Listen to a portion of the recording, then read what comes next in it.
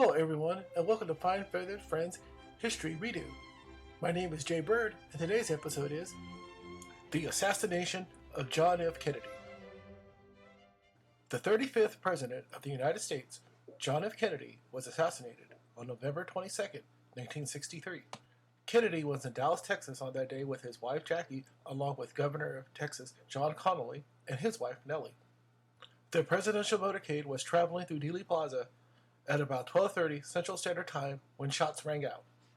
From the Texas School Book Depository building, 3 or 4 shots were heard, and 2 of those struck Kennedy and Connally, one in the throat, and the other took part of his head off. The driver of the president's limo immediately drove to the nearest hospital.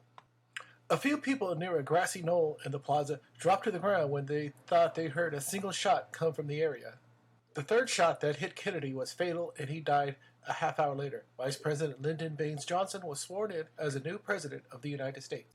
His alleged assassin, Lee Harvey Oswald, was captured less than 2 hours later when he ran into a local movie theater without paying for a ticket.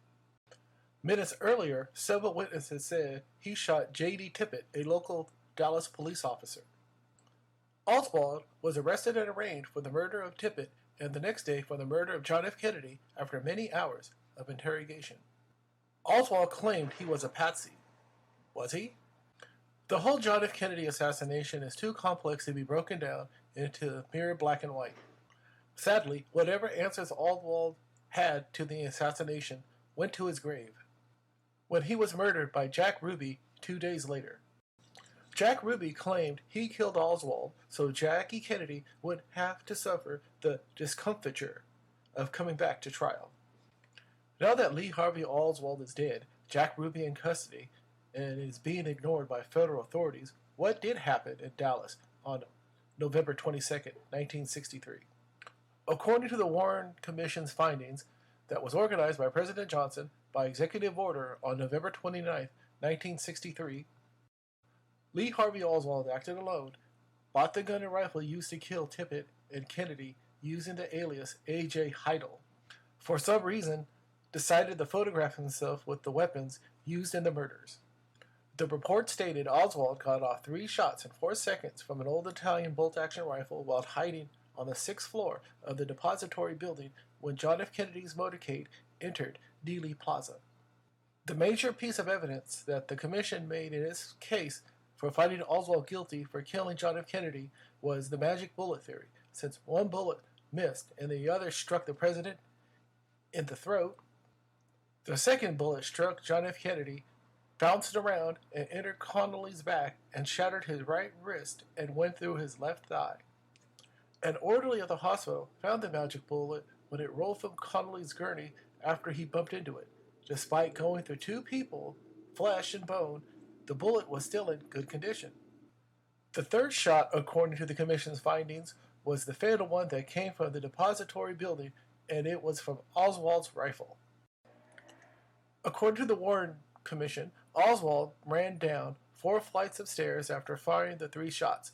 He was spotted by a police officer in the break room on the 2nd floor, calmly drinking a Coca-Cola, not sweating or panting, 90 seconds after John F. Kennedy's motorcade was fired upon. Less than an hour later, he would be arrested after running into the movie theater without paying on the suspicion of murdering Officer Tippit, and several hours later, he would be charged with the murder of John F. Kennedy. The Warren Commission concluded their investigation on September 24, 1964, with the conclusion that Lee Harvey Oswald acted alone, a communist sympathizer who hated the president and wanted him dead. There are many theories into who really killed John F. Kennedy, but just like the assassination of Lincoln, this scheme has many more players involved that we will never know about. Could it have been Lyndon Baines Johnson? He was sworn in as president, and it occurred in his home state. Johnson had a lot at stake in the Vietnam crisis with the military. Was it the CIA? They weren't too happy with him following the Bay of Pigs fiasco, and Oswald had dealings with them. Did a high-ranking crime syndicate led by Sam Giancana get mixed up in the assassination plot as well? Maybe it was the KGB. The Warren Commission tried to link Lee Harvey Oswald to the Soviet agency. Perhaps it was the Beard himself, Fidel Castro, still steaming mad over the Cuban Missile Crisis.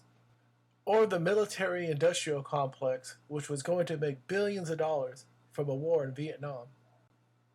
The real answer is that money and power will drive anyone to do things no right-minded person would ordinarily do.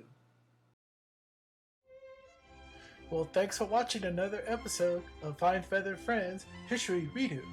My name is Jay Bird, and I'll see you next time. Take care now. Bye.